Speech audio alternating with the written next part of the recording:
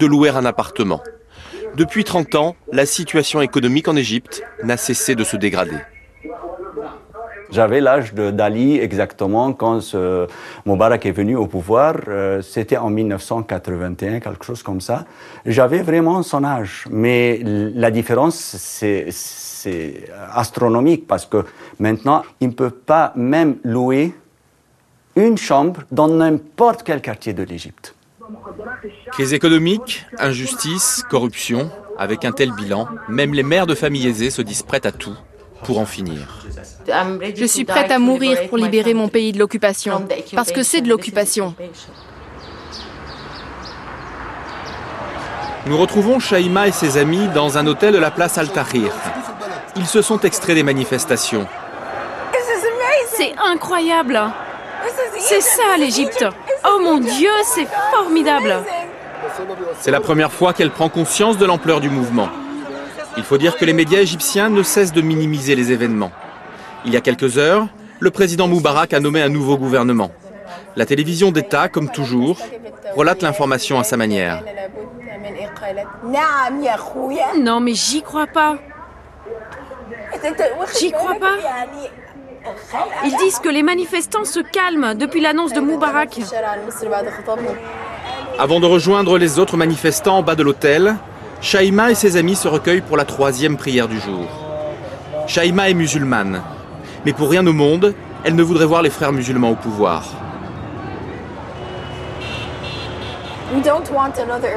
Nous ne voulons pas d'un nouvel Iran. Mais c'est probablement ce que la plupart des frères musulmans voudraient. Je ne veux pas d'un nouvel Iran dans mon pays. Je ne crois pas au mélange entre la politique et la religion. À l'approche du couvre-feu, au lieu de rentrer chez elle, Shaima rejoint la foule. Ce 31 janvier, on annonce la visite de Mohamed El Baradei, le prix Nobel de la paix, sur la place Al-Tahrir.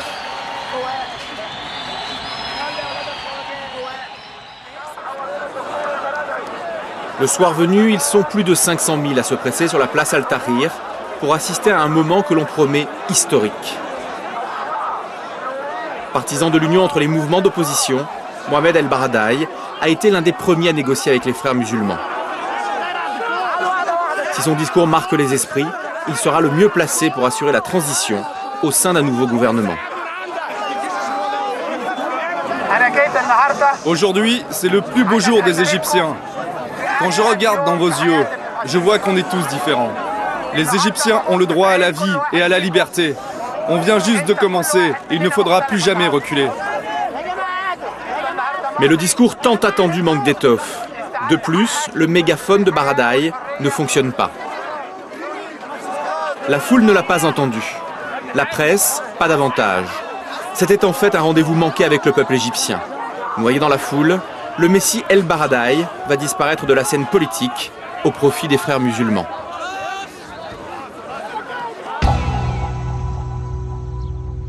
Après une semaine de manifestations, les mouvements de l'opposition égyptienne tentent toujours de trouver une alternative à Moubarak. Nous sommes au siège du Had, un parti du centre libéral. Ce 2 février, ses dirigeants doivent réunir plusieurs représentants de l'opposition. Ils doivent décider s'ils poursuivent la lutte ou s'ils tentent une négociation avec le pouvoir. Cet homme, c'est Mohamed El Beltahi, l'un des porte-parole des frères musulmans. Habile négociateur, il a été mandaté pour représenter la confrérie islamiste à La Réunion. Nous ne préconisons pas une théocratie ou un État religieux. Nous voulons un État civil et démocratique. Bien sûr, ce sont des références et des principes islamiques qui font la base de notre programme, mais encore une fois, nous voulons un État civil et démocratique qui garantisse le droit de chacun à la différence. Nous ne voulons pas monopoliser le pouvoir. La réunion commence, mais des dissensions apparaissent rapidement. Certains prônent la négociation avec Moubarak, d'autres, comme les frères musulmans, veulent continuer le combat. Soudain, c'est la rupture. Les frères musulmans et leurs alliés décident de poursuivre les manifestations. Les modérés sont divisés. Mohamed El Baradei sourit. Les frères musulmans ont pris le dessus. Dépité, le représentant du Wafd, un parti laïque, quitte l'Assemblée. Il y a une différence dans les opinions. Il y a le WAF des trois autres partis, qui est le Nasseriste et le Parti communiste, qui sont pour l'ouverture immédiatement de négociations. Je pense qu'il y a une division maintenant dans l'opposition. C'est dangereux aujourd'hui de discuter avec des mouvements comme les Frères musulmans? C'est pour cela que le WAF, dont je représente ici, a pris la décision de continuer les négociations. À la sortie de la réunion, nous surprenons une conversation entre Mohamed El Beltahi et un autre responsable de l'opposition. Le ton du Frère musulman est ferme, presque menaçant. Il ne faut pas que votre courant hésite ou fléchisse. N'oubliez pas que vous avez réussi à redorer votre blason grâce à votre présence aux côtés des Frères musulmans. Alors attention, car vous pourriez tout perdre si vous essayez de jouer une carte différente de la nôtre. Ne faites pas comme les gens du WAF qui ont quitté la réunion. En bas de l'immeuble, un cortège se forme. Mohamed en prend immédiatement la tête.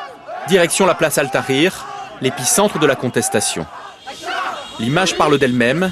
Pour la première fois depuis le début des événements, modérés et islamistes défilent côte à côte. Les Frères musulmans s'affichent enfin ouvertement. Mohamed El Beltahi appelle maintenant au soulèvement. On est là pour la révolution nationale populaire. Sur le chemin, des pro-Moubarak prennent les manifestants à partie. Vous ne devriez pas faire cela. Vous n'êtes rien comparé à Moubarak. Vous devriez avoir honte. C'est notre père à tous.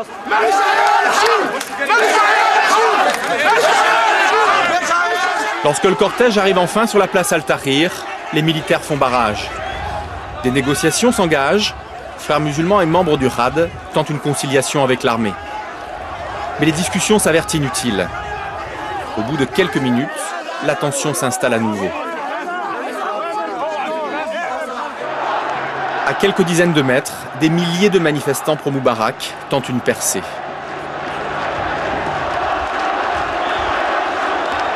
Ils envahissent la place, sous l'œil des militaires, qui restent impassibles. Rapidement, le chaos s'installe. Les militants des deux camps s'affrontent dans des combats d'une violence inouïe. Comme cet homme, des dizaines de manifestants sont lynchés sous l'objectif des caméras. Les journalistes, pris pour cible, sont impuissants. L'Égypte semble alors basculer dans la guerre civile. Les affrontements vont durer 24 heures. Ils feront plus de 800 blessés et une dizaine de morts.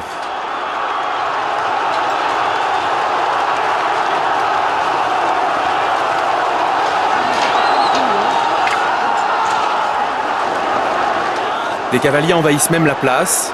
Ce sont des pro-Moubarak, peut-être des policiers, des privilégiés du régime, qui n'ont plus rien à perdre. La foule leur jette des pierres, ils sont lynchés à leur tour.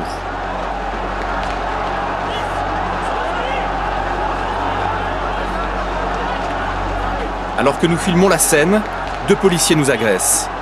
Ils veulent nous interdire de tourner des images. Rentrez. Rentrez à l'intérieur. Nous serons frappés violemment. Dans les jours qui suivent, 75 autres journalistes seront passés à tabac par la foule ou par l'armée. La nuit venue, la situation semble s'apaiser sur la place. Pourtant, la tension reste palpable. Non loin de là, un hôpital de fortune a été aménagé dans une mosquée. Toute la nuit, de nombreux blessés vont affluer. Il a été touché par une pierre. La plupart ont été victimes de lynchage ou de tirs. Reculez, reculez, reculez. Qu'est-ce qu'il a, docteur? Il faut une voiture. Vite, vite. Regardez, regardez. C'est la police qui m'a tiré dessus, avec des balles en caoutchouc, devant le ministère de l'Intérieur. Nous avons tous les mêmes blessures. Mais la victoire est proche, Inch'Allah. Partout, c'est la confusion. Au milieu des blessés, des manifestants épuisés sont même venus pour se reposer quelques heures. Le médecin qui dirige les opérations tente désespérément de donner un semblant d'ordre. Ici, tous les médecins sont bénévoles. Officiellement, ils n'ont aucune appartenance religieuse ou politique. Cet hôpital d'urgence n'appartient à aucune organisation, à aucun parti. Nous n'avons pas choisi cette mosquée. C'est la mosquée qui nous a choisis. Ici, il y a des médecins musulmans, des coptes, certains issus de la confrérie, d'autres pas. Ils se sont tous portés volontaires.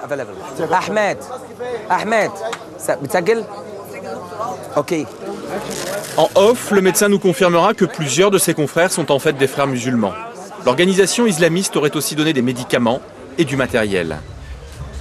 En Égypte, face au désengagement de l'État, les frères musulmans ont investi les domaines de la santé et du social. Ce soir, les événements tragiques qui se sont déroulés place Al-Tahrir leur donnent une occasion unique de faire la démonstration de leur efficacité.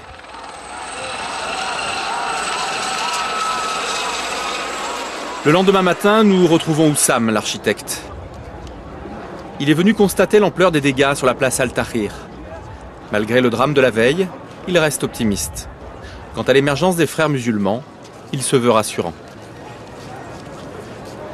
Ils ont changé beaucoup, les frères musulmans, parce que c'est les jeunes maintenant, pas les vieillards, qui dirigent l'affaire.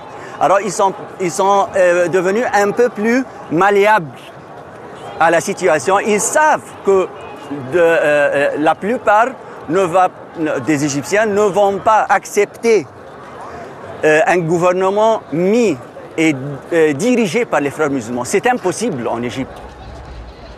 Près des barricades, les manifestants anti-Moubarak ont mis en place une organisation quasi militaire. Les uns confectionnent des boucliers, les autres font des provisions de munitions. Parmi eux, il y a de nombreux islamistes.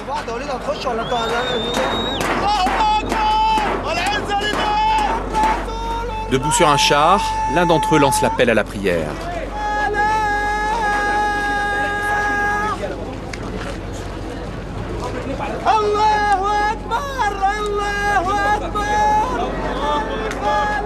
Pendant ce temps, non loin de là, des manifestants...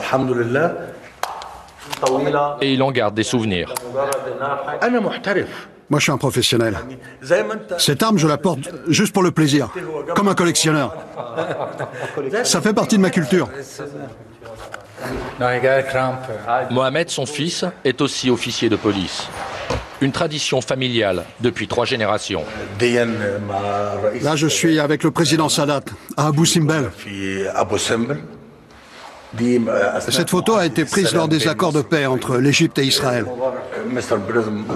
Il y a Moubarak, Sadat, moi et Menahem Begin. Et ici, c'est l'attaque d'un bus de touristes sur la place Tahrir. Les terroristes avaient brûlé des touristes allemands. Moi et mon équipe, on a attrapé les 2 terroristes. Aujourd'hui à la retraite, le général reste un fidèle du président déchu. Que cette personne, que le président Moubarak est un dictateur. Qu'est-ce qu'il pense de ça? C'est un dictateur? Non, Moubarak n'est pas un dictateur. Il détenait à lui seul tous les pouvoirs. Le système est comme ça. Sans état d'âme, il assume sa loyauté envers Moubarak, mais il reconnaît les exactions. Pour lui, il n'y a qu'un coupable.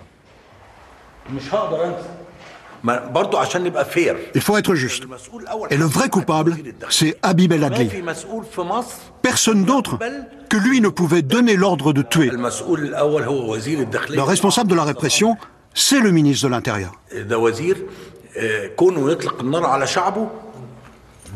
Et qu'un ministre ordonne de tirer sur le peuple, c'est inacceptable. Il doit être jugé et condamné. Le père et le fils accusent le patron de la police. Selon eux, le bourreau du peuple égyptien, c'est lui, Habib El Adli. En désaccord avec le ministre, Mohamed a dû démissionner. Pourtant, il reste solidaire avec ses anciens collègues. Il veut nous convaincre que les policiers tués pendant la Révolution sont aussi des victimes du régime.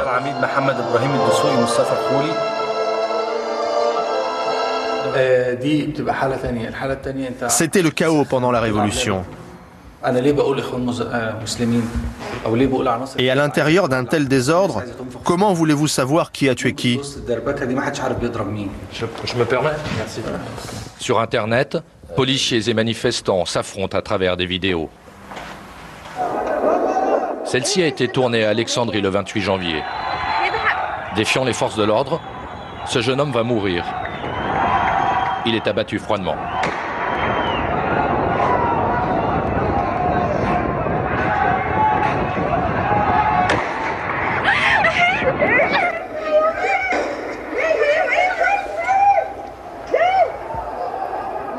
Qu'est-ce que ça lui fait de voir un manifestant abattu froidement comme ça? Je pense qu'il avait quelque chose dans sa main, tu comprends? Oublie que ce sont des policiers en face du manifestant. Si toi tu te trouves dans ta maison et que des voyous armés entrent, tu ne crois pas que tu vas te défendre? Les policiers doivent faire respecter la loi et forcément, ça dérange.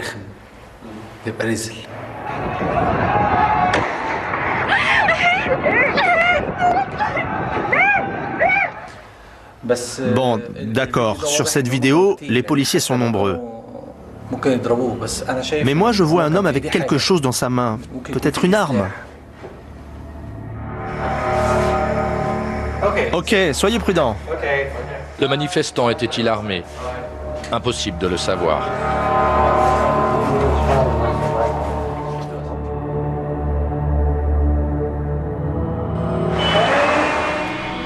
Deux heures de route nous séparent de Marhala, capitale égyptienne de la production textile, épicentre d'une grève historique au printemps 2008. Dans un télégramme révélé par Wikileaks, les diplomates américains ont analysé que le lien entre les jeunes utilisateurs de Facebook et leurs homologues pauvres des usines de Marhala a créé une nouvelle dynamique de contestation du régime. Autrement dit, si les ouvriers et les jeunes unissent leurs forces, Hosni Moubarak est menacé. 3 ans au passé, nous avons retrouvé la trace de ces grévistes dont le mouvement a été durement réprimé. Dans sa vie d'ouvrier, Kamel, 45 ans, a déjà passé près de 2 mois en prison pour avoir appelé à la grève. Kamel et sa femme gagnent à peine 200 € par mois à eux deux. Et ces derniers temps, leurs salaires ne suffisent plus pour acheter l'essentiel. Les jeunes qui se bougent aujourd'hui, en 2011, sur la place Tahrir, sont en train d'accomplir ce qui a été commencé ici, au printemps 2008. Pour moi, le 25 janvier restera la date où le peuple a pu enfin s'exprimer et dire toute sa souffrance d'être pauvre. Kamel attendra notre départ pour aller manifester. À Marhala, les rangs des contestataires ne se sont pas clairsemés au point de susciter la convoitise des formations politiques. Sur la place centrale, une manifestation dont la violence des slogans n'a rien à envier à ceux du Caire. Au micro, un responsable des frères musulmans. Ce mouvement islamiste, officiellement interdit, reste une des principales forces d'opposition en Égypte. C'est surtout le parti que les Occidentaux et Israël ne veulent surtout pas voir arriver au pouvoir. Totalement dépassés par la contestation générale, les frères musulmans tentent de revenir dans le jeu politique en la jouant profil bas. Pour répondre à nos questions, les frères ont désigné Mohamed El-Soroghi. Son activisme lui a valu de passer 4 ans dans les prisons du pays. Les frères musulmans ne veulent pas le pouvoir, mais ils veulent des réformes. Nous ne voulons plus de la corruption, nous ne voulons plus de l'oppression, nous voulons des emplois et nous voulons la fin de l'état d'urgence qui est en vigueur depuis 20 ans et qui permet de mettre les gens en prison.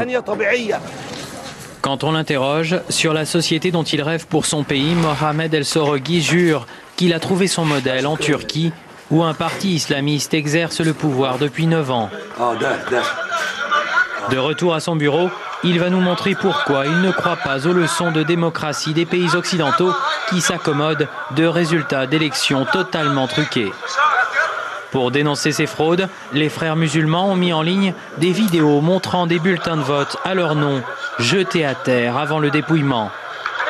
Mais il y a plus flagrant encore. Regardez cette vidéo. C'est un type qui a un paquet de bulletins vierges. Eh bien, il va les remplir. D'habitude, il se cache pour faire ça. Mais là, il avait besoin de prendre l'air et il a ouvert la fenêtre. Le président ne peut pas faire autrement. S'il était aimé de son peuple, il n'aurait pas besoin de ces fraudes. Mardi 1er février, à l'aube du 7e jour de leur révolution, les opposants au président Moubarak ont appelé à la grève générale.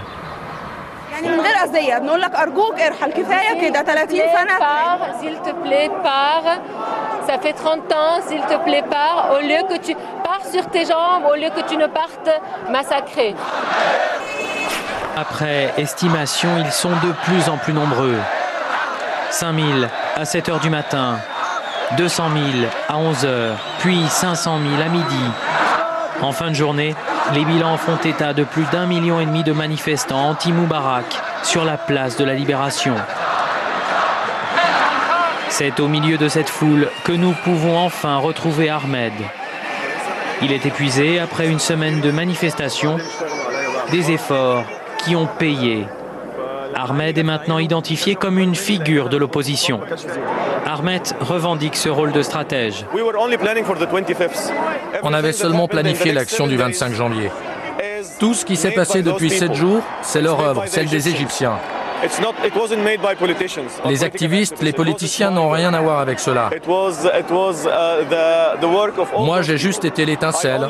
Et eux, ils ont apporté l'essence pour faire ce grand incendie. Mais au soir du mardi 1er février, le pouvoir semble arriver au bout des concessions qu'il était prêt à faire aux manifestants. Pas de quoi pour autant entamer le moral de Tarek qui se prépare à passer sa 3e nuit sous la tente. Le message est pourtant simple. Personne ne l'aime et tout le monde veut qu'il parte. Moi, je ne dormirai chez moi que quand il aura démissionné. Voilà pourquoi je vais passer une nouvelle nuit dans la tente. Je ne retrouverai pas mon lit ce soir, peut-être demain. Au 7e soir de leur révolution, ils voulaient encore croire que le changement était à portée de main. Mohamed le sait, la rupture entre la police et la population est profonde. Pour tenter de rétablir la confiance avec les habitants, il a organisé avec ses anciens collègues une manifestation. Des officiers des services de sécurité du pays se sont rassemblés avec un mot d'ordre surprenant. Nous allons rendre hommage aux martyrs, qu'ils soient policiers ou bien révolutionnaires.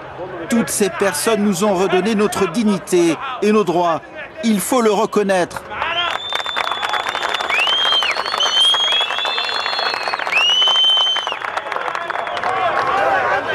La destination du cortège est la place Tahrir, le symbole de la révolution. Alors les officiers sont un peu fébriles.